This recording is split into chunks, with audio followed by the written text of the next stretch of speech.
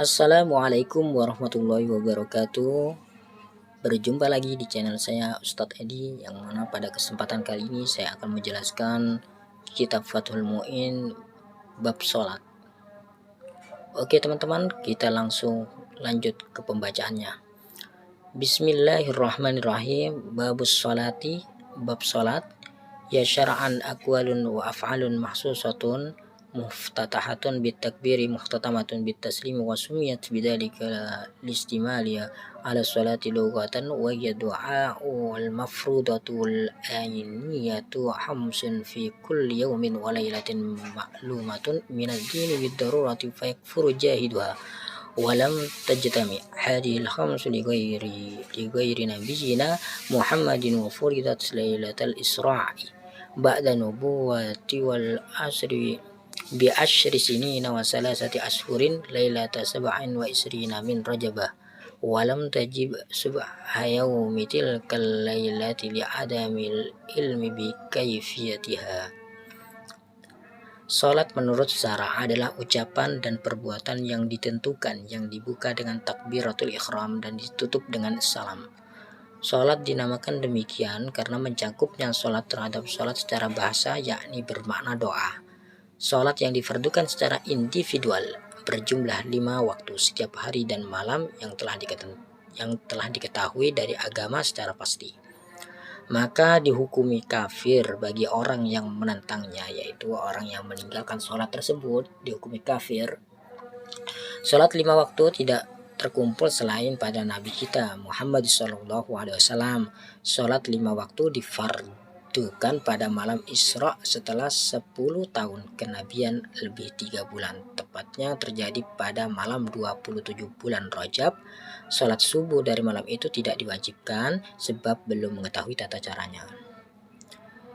Innama tajibul maktubatu ay salawatul khamsu ala kulli muslimin mukallafin ay balighin akilin zakarin aw ghairihi tahirin fala tajibu ala kafin asliyin wa sabiyin wa majnunin wa mukman alaihi wa sukrana bila ta'addin li'adami taklifihim wala ala haidin wa nufasa'a li'adami syi'atiha minhuma wala qada'a alaihima bal tajibu ala murtaddin wa muta'addin bisukrin. Kewajiban melaksanakan sholat maktubah, yakni sholat 5 waktu, hanya dibebankan kepada setiap orang muslim yang mukallaf, yaitu seorang muslim yang telah balik berakal, baik laki-laki maupun yang lainnya, dan orang yang suci. Maka ritual ibadah sholat itu tidak diwajibkan bagi orang kafir asli. Kafir asli itu seperti yang kayak Nasrani, Buddha, segala macam, pokoknya yang kafir asli ya, yang bukan Islam. Anak kecil, orang gila, epilepsi, dan orang mabuk yang tidak ceroboh. Maksudnya orang mabuk yang tidak ceroboh ini istilahnya dia itu kena racun atau apa sehingga dia tidak sadar sendiri.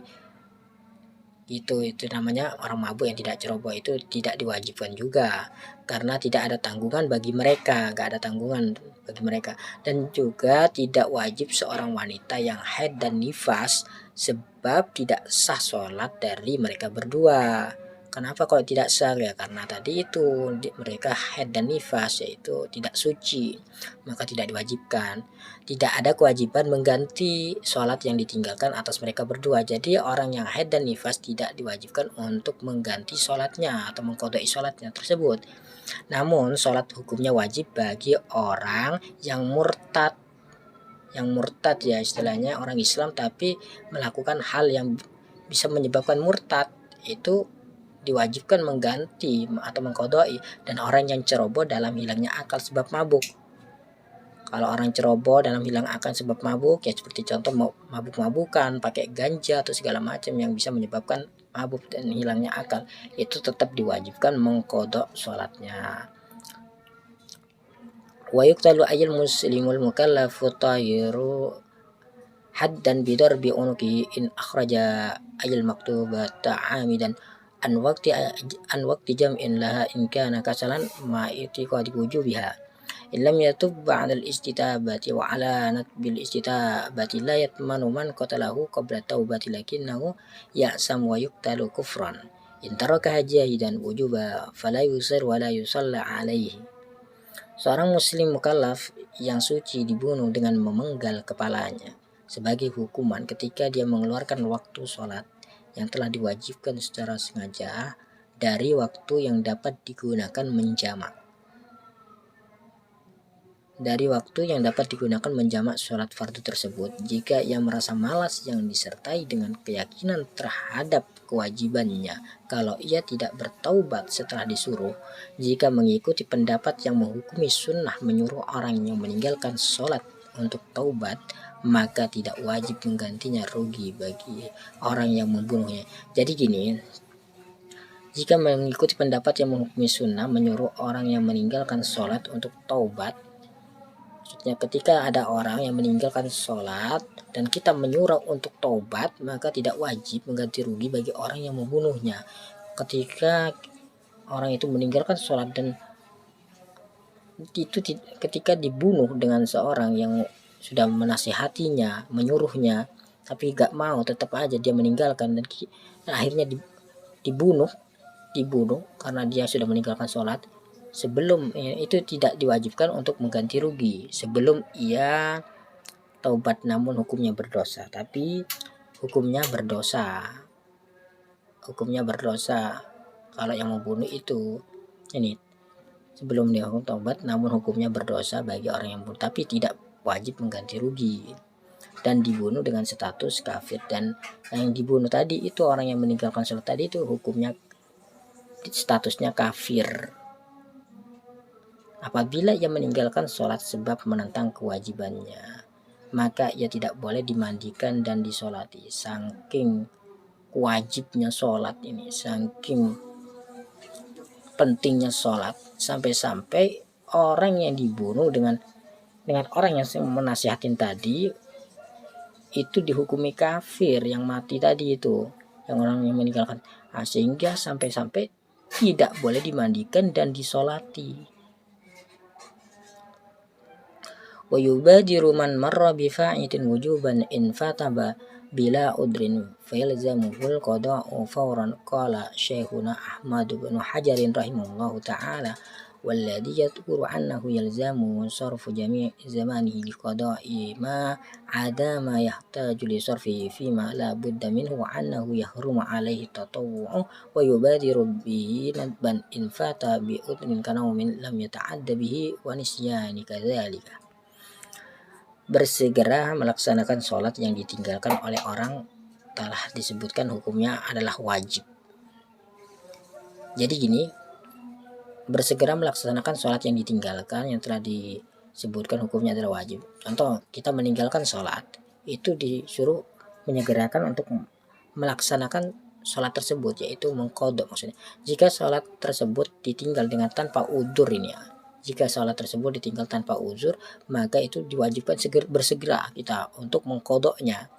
Maka wajib baginya mengganti atau mengqadha sholat tersebut segera. Guru kita Syekh Ibnu Hajar, semoga Allah mengasihi, mengatakan jelaslah bahwa baginya wajib menggunakan seluruh waktunya untuk mengganti sholat yang ditinggalkan selain waktu yang ia butuhkan untuk digunakan dalam hal yang wajib, dan haram baginya melakukan kesunahan. Jadi gini, ketika kita meninggalkan sholat 5 waktu, itu diwajibkan untuk mengganti sholat kita bersegera sampai seluruh waktu kita itu digunakan untuk mengganti sholat tersebut selain waktu yang diwajibkan. Jadi ini terus langsung kita lanjut lagi. Sunnah bersegera mengqadha sholat yang ditinggalkan ketika sholat tersebut ditinggalkan sebab udzur. Dan hukumnya sunnah bersegera mengqadha sholat yang ditinggalkan ketika sholat tersebut itu ditinggalkan sebab udzur. Misalkan ada halangan atau ada di perjalanan atau segala macam, atau karena sakit atau apa, ditinggalkan sebab itu hukumnya sunnah untuk mengqadha sholat yang ditinggalkan sebab ada udzur. Seperti tidur yang tidak ceroboh, begitu pula lupa. Ini seperti tidur yang tidak ceroboh, begitu pula lupa. Kalau kita lupa atau tidur karena tidak ceroboh ya istilahnya, bukan disengaja. Ya, cukup sekian video dari saya, semoga bermanfaat. Kurang lebihnya mohon maaf, kalau ada kesalahan dan kurang mohon maaf juga. Dan jangan lupa like dan subscribe dan komen channel saya ini, dan semoga bermanfaat. Wabillahi wal taufiq wal hidayah, wabiridha wal inayah. Wassalamualaikum warahmatullahi wabarakatuh.